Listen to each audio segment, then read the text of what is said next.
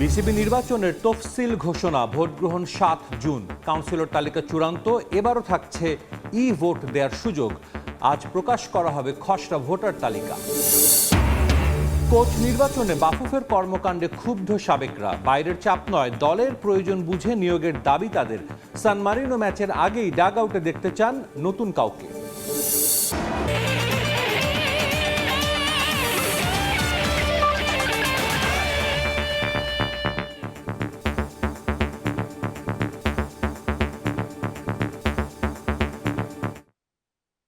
বিশ্বের নানা প্রান্তের খেলাধুলার খবর জানিয়ে দিব আমি সাজিদ মুস্তাহিদ। এই মুহূর্তে সিলেট আন্তর্জাতিক ক্রিকেট স্টেডিয়ামে আছেন রিপোর্টার তামিম হোসেন। সরাসরি যাচ্ছি তার কাছে। বাংলাদেশের জন্য এখন সবচেয়ে বড় চ্যালেঞ্জের নাম হয়ে দাঁড়িয়েছেন বাবর আজম। আসলে প্রথম টেস্টে ইনজুরির কারণে খেলতে না পারা এই ক্রিকেটার দ্বিতীয় টেস্টে কিন্তু দুর্দান্ত ফর্ম তার দেখাচ্ছে না। ইতিমধ্যে ক্যারিয়ারের 31তম 50 তুলে নিয়েছেন তিনি। এর আগে যদি বলি, দিনের প্রথম সেশনটা আসলে বাংলাদেশের ছিল। যেভাবে তাসকিন বোলিং করেছেন, তাসকিন মিরাজের যে নৈপুণ্য, ওই নৈপুণ্যে কিন্তু প্রথম সেশনেই আসলে 4টা উইকেট পাকিস্তান হারিয়েছে। তো সে জায়গা থেকে বাংলাদেশের একটা সম্ভাবনার জায়গা তৈরি হয়েছিল যে হয়তোবা বাংলাদেশ কিছু অন্তত লিড ধরে রাখতে পারবে। কিন্তু এখন যত সময় গড়াচ্ছে, উইকেটের চরিত্র পুরোপুরি ভিন্ন হয়ে গিয়েছে। বোলারদের আসলে এখানে খুব একটা কিছু করার নেই, কারণ একদম ফ্ল্যাট উইকেট হয়ে গিয়েছে। ব্যাটাররা কিন্তু এখন যে সালমান আলী আগা এবং বাবর আজম খুব স্বাচ্ছন্দ্যে ব্যাটিং করছেন। এরপর কিন্তু আসলে মোহাম্মদ রিজওয়ান আছেন। তো পাকিস্তানের এই যে ব্যাটিং লাইন আপ এবং ওরা যেভাবে এখন খেলছেন, সে জায়গা থেকে বাংলাদেশের জন্য লিডটা পাওয়া খুব কঠিন হয়ে যাবে। তার উপর মিরপুর সিলেটের আকাশ কিন্তু এখন অনেকটা রোদ আছে আকাশে, এই কারণে উইকেট কিন্তু অনেক ভালো আছে। তো সেই জায়গা থেকে কিন্তু পাকিস্তানি ব্যাটাররা সেই সুযোগটা নিতে চাইবে এবং তারা কিন্তু চাইবে আসলে, যেহেতু তারা প্রথম টেস্ট হেরেছে, এই টেস্ট তাদের জন্য অনেক বড় একটা চ্যালেঞ্জ। তারা কিন্তু এই টেস্ট থেকে ফলাফল পেতে চাইবে। তো সেজন্য তারা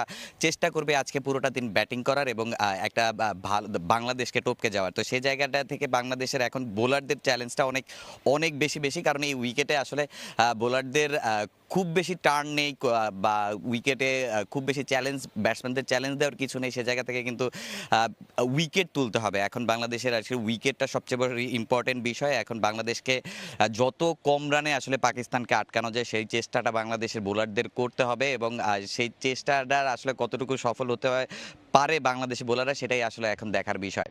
তো সিলেট আন্তর্জাতিক ক্রিকেট স্টেডিয়াম থেকে বাংলাদেশ এবং পাকিস্তানের দ্বিতীয় টেস্ট নিয়ে এই ছিল আমার কাছে সর্বশেষ তথ্য। আমাদের সঙ্গে যুক্ত হয়েছিলেন রিপোর্টার তামিম হোসেন।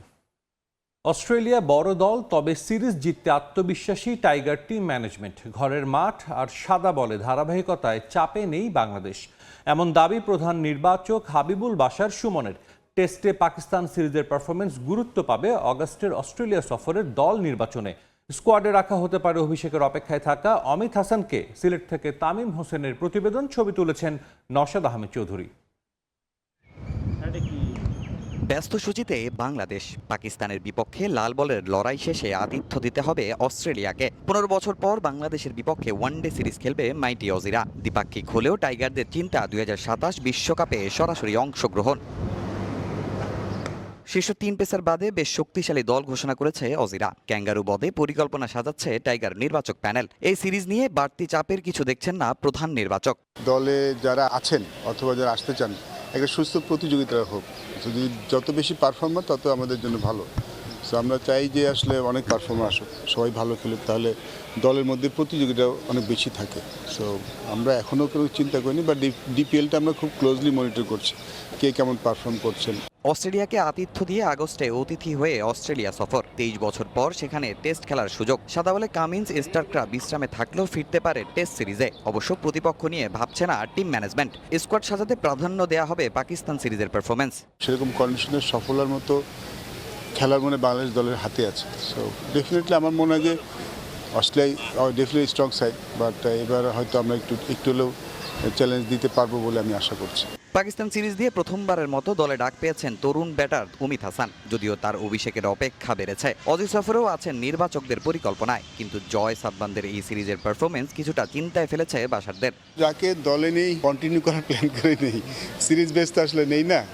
অমিত হাসান আসলে দেখুন, অনেকে আমাদের তো অনেক খেলার, যেমন হাসান মুরাদ খুব ভালো করে, কিন্তু তার সুযোগ হয়নি কম্বিনেশনের কারণে। নাইম হাসান খুব ভালো বোলিং করছেন, টিম কম্বিনেশনের দলে আসতে পারছেন। সো অমিত হাসান ভালো করেছেন, বাট টিম কম্বিনেশনে একাদশে আসতে পারছেন না। ইট ডাজন্ট মিন যে তিনি আমাদের চিন্তাভাবনার বাইরে চলে গেছেন। আমরা যখন কাউকে নিয়েছি তাকে কন্টিনিউ করার চিন্তাভাবনা করে নিয়েছি।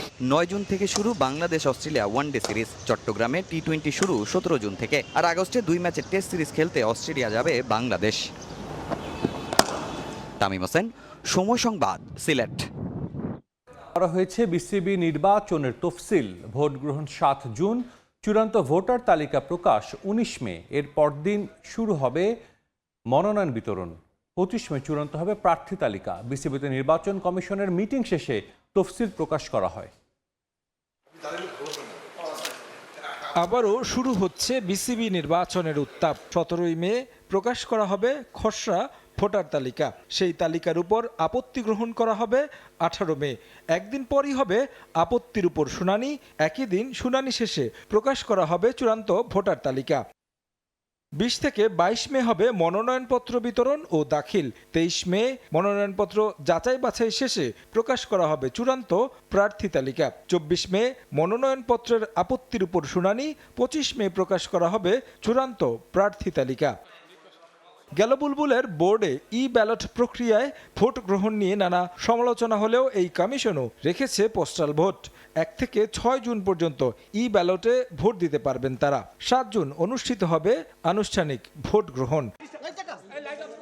তামিমের বোর্ড নির্বাচনের প্রক্রিয়া শুরু করলেও বুলবুল এখনও নিজের পদ ফিরে পেতে মরিয়া। তাদের বোর্ড অবৈধভাবে ভেঙে দেয়া হয়েছে বলে আদালতে রিট করেছেন বুলবুল, ফারুক, পাইলট সহ আগের বোর্ডের 12 পরিচালক। রিটে কেন বিসিবির নির্বাচিত কমিটি ভেঙে অ্যাডহক কমিটি গঠন আইনগত কর্তৃত্ব বহির্ভূত হবে না তা জানতে চেয়ে রোল জারির আবেদন করা হয়। বিচারপতি ফাতেমা নজিব ও বিচারপতি AFM সাইফুল করিমের সমন্বয়ে গঠিত হাইকোর্ট বেঞ্চে এই আবেদন শুনানি হতে পারে। বিবাদীর মাঝে আছেন তামিম ইকবাল, বিসিবির সাবেক প্রধান নির্বাচন কমিশনারও।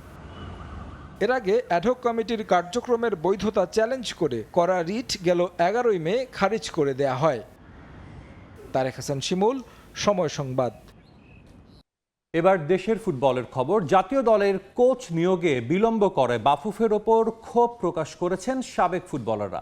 সান মারিনোর বিপক্ষে ম্যাচের আগে খুব একটা সময় না থাকায় অতি সত্বর কোচ নিয়োগের দাবি জানিয়েছেন তারা। এদিকে তাড়াহুড়োর মাঝে যাকে তাকে হামজা সমিতদের কোচ যেন না করা হয় সেদিকে ফেডারেশনকে সতর্ক থাকতে বললেন সাবেকরা। আগামী 5 জুন ইউরোপের দল সান মারিনোর বিপক্ষে অ্যাওয়ে ম্যাচ খেলবে বাংলাদেশ ফুটবল দল। সেই ম্যাচের জন্য বাফুফের হাতে নেই 20 দিনও। সেখানেই প্রশ্ন উঠে, এত অল্প সময় বাকি থাকার পরও কোচ নিয়োগে কেন গাফিলতি করছে ফেডারেশন? নতুন কোচ এসেই বা অল্প কদিনে কিভাবে সামলাবেন দল?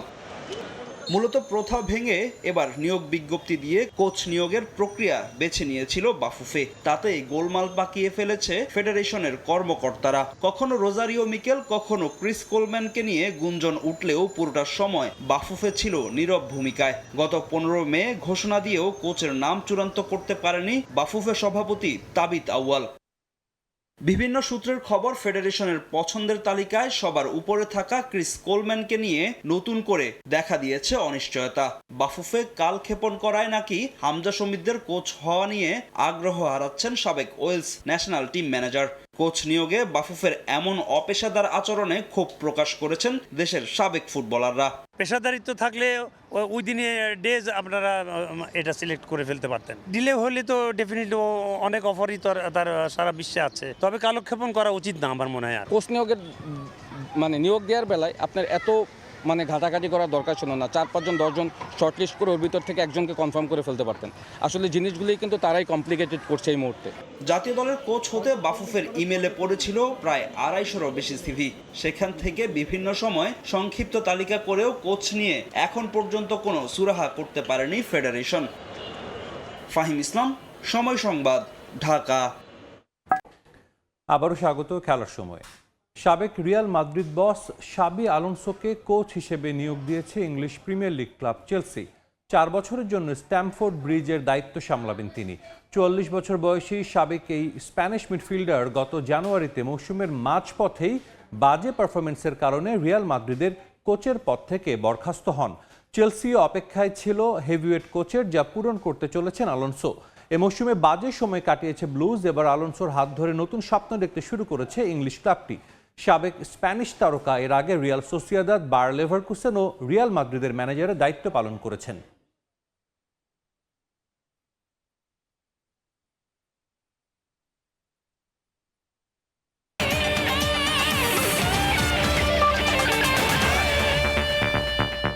এই ছিল খেলার সময়। এরপর দুপুরের সময়ের সঙ্গে থাকবেন তোহা খান তামিম। সাজিদ, আপনাকে ধন্যবাদ। দুপুরের সময় নিয়ে আসছি কিছুক্ষণ পর, সঙ্গে থাকুন সময়ের।